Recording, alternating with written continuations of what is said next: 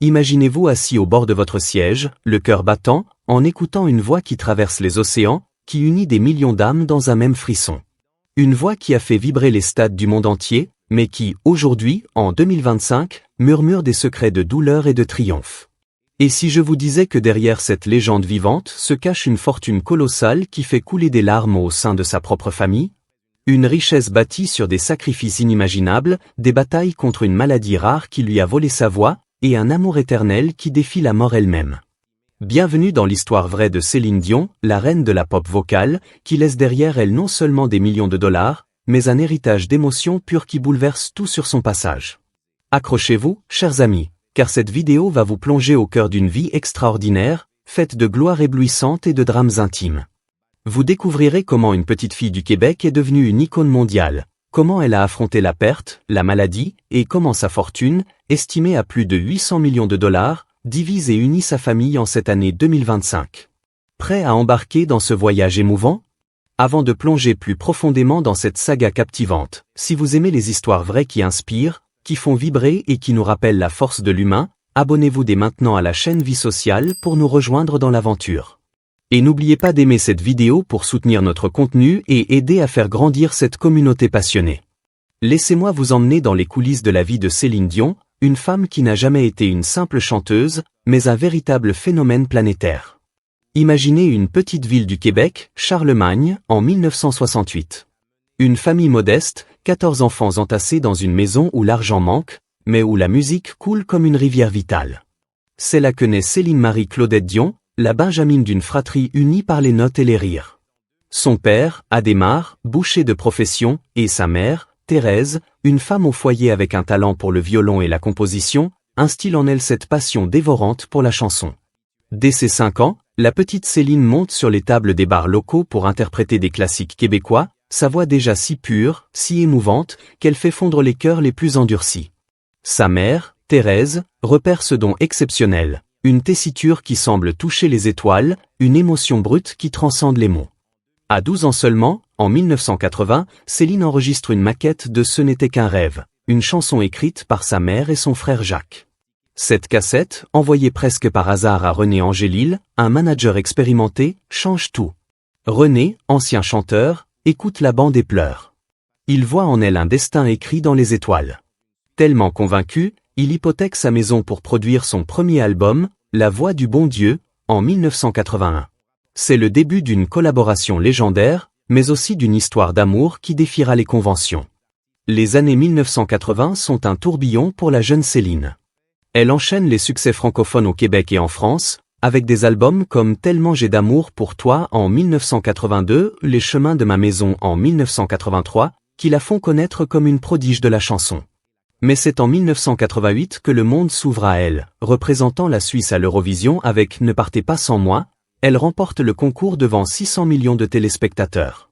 Une victoire qui la propulse sur la scène européenne, mais qui n'est que le prélude à une conquête mondiale. Les années 1990 marquent son explosion internationale. Avec Unisson en 1990, son premier album en anglais, elle conquiert l'Amérique du Nord. Puis viennent les chefs-d'œuvre, Falling Into You en 1996, vendu à plus de 32 millions d'exemplaires, remportant 2 Grammy Awards dont l'album de l'année. Sa voix, couvrant près de 5 octaves, transforme des ballades comme The Power of Love, une reprise de Jennifer Rush qui devient numéro 1 aux États-Unis et vend plus de 2 millions d'exemplaires rien qu'aux USA, ou Because You Loved Me, nominé aux Oscars, en hymnes intemporels à la résilience et à l'amour. Mais le sommet arrive en 1997 avec My Heart Will Go On, le thème du film Titanic.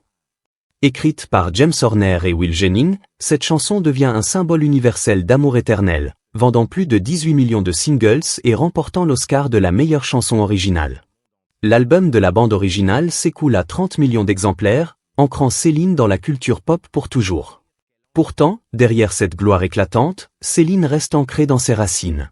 Elle parle souvent de sa famille, de ses 13 frères et sœurs qui étaient son premier public, de sa mère Thérèse décédée en 2020 à 92 ans, et surtout de René Angélil, l'homme qui a tout changé.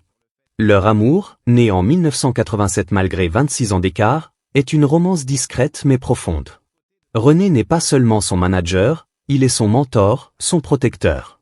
Leur mariage en 1994 à la basilique Notre-Dame de Montréal est un événement féerique, télévisé et suivi par des millions, avec Céline dans une robe ornée de 20 000 perles et un train de 7 mètres. Ensemble, ils affrontent l'infertilité, une bataille douloureuse. Après des fausses couches et 6 traitements de fécondation in vitro, naît René Charles en 2001, suivi des jumeaux Nelson et Eddie en 2010. Céline met sa carrière en pause pour la maternité, prouvant que pour elle, la famille prime sur tout. Mais la vie, cruelle, frappe fort. En 1999, René combat un cancer de la gorge, qu'il vainc temporairement. En 2013, la maladie récidive. Céline devient son infirmière, dormant à l'hôpital, gérant ses soins. Le 14 janvier 2016, René s'éteint. 2 jours plus tard, son frère Daniel meurt aussi d'un cancer. En 48 heures, Céline perd 2 piliers. Pourtant, semaine après, elle remonte sur scène à Las Vegas, en noir, déclarant « René a toujours insisté pour que le spectacle continue ». Chaque performance devient un hommage, transformant la douleur en art. Sa carrière est un empire, plus de 200 millions d'albums vendus, selon Chartmaster. Ses résidences à Las Vegas, à New Day. 2003 à 2007, 385 millions de dollars, et Céline, 2011 à 2019, 296 millions, redéfinissent le spectacle, inspirant Britney Spears ou Lady Gaga. Sa ligne de parfums avec Coty génère près d'1 milliard en vente, avec des fragrances vendues dans 100 pays. Ses tournées, comme Taking Chance, 2008, 279 millions, cumulent des milliards. En 2025, sa fortune est estimée entre 570 et 850 millions, la plaçant 4e parmi les musiciennes self-made les plus riches d'Amérique par Forbes.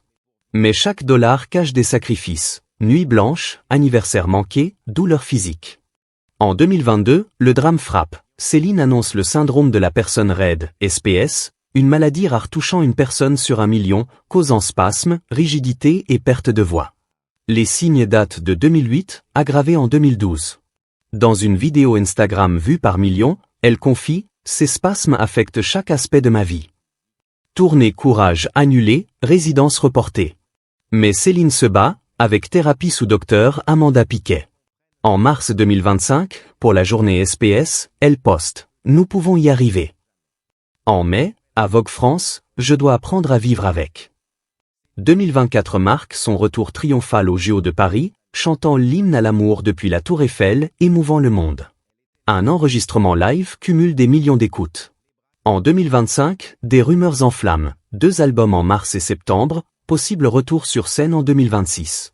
Elle prépare un comeback avec un artiste français célèbre. À l'Eurovision 2025 à Bâle, elle apparaît mais ne chante pas, victime d'une crise SPS, son équipe démentant les rumeurs. En juillet, elle retourne en France avec René Charles, laissant les jumeaux en sécurité.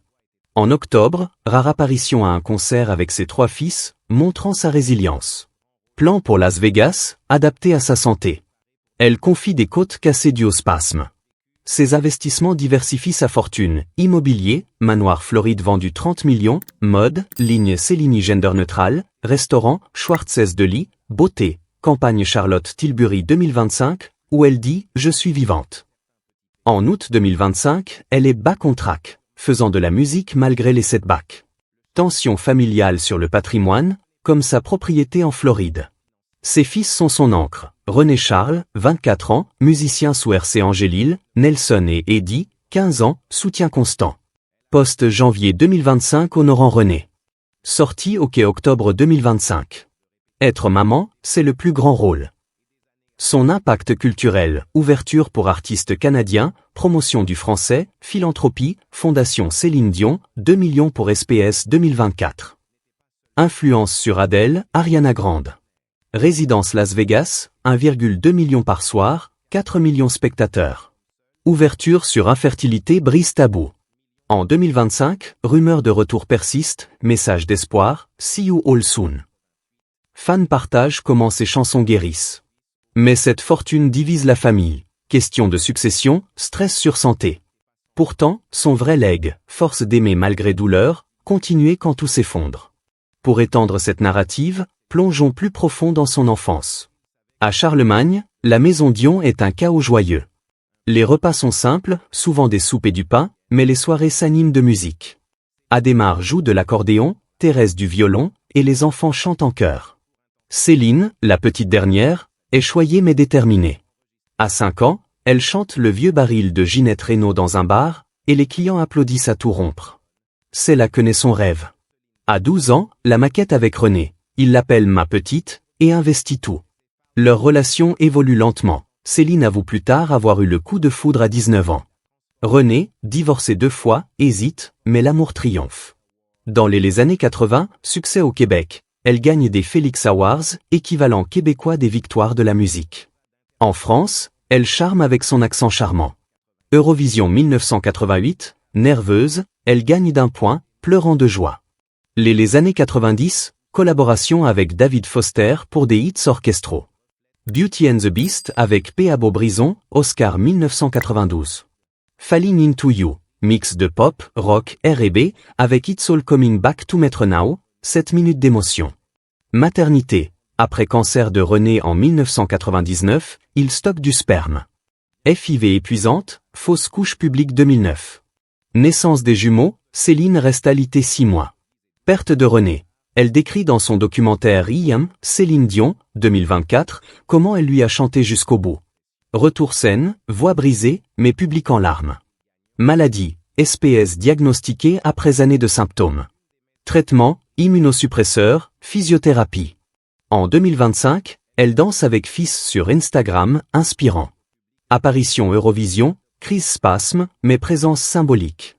Rumeurs album, un francophone, un anglais, avec collaboration surprise. Investissement, Au-delà Parfum, 850 millions unités, elle possède Golf Club au Québec, soutien éducation musicale. Philanthropie, dons pour enfants malades, cancer, SPS. Impact fan, sur X, post comme remixé 2025, mention culturelle, Philippines, Italie. Chansons comme Céline Dion par Black Bonnet en 2025. Post, 11. Famille 2025, avec Fils à concert octobre, montrant unité malgré fortune. René Charles produit musique, jumeaux adolescents discrets. Héritage, pas argent, mais message résilience. En 2025, elle est vivante, chantant peut-être bientôt. Et vous, qu'est-ce qui vous touche le plus chez Céline Dion? Son courage face à la maladie, son amour pour René, sa voix éternelle? Partagez dans les commentaires. Si cette histoire vous a ému, aimez la vidéo, partagez-la avec un proche qui adore les légendes vivantes, et abonnez-vous à Vie Sociale pour nous rejoindre dans l'aventure des récits qui inspirent et unissent. Parce que la vie sociale, c'est partager ces moments qui nous font grandir ensemble. À bientôt pour plus d'histoires captivantes.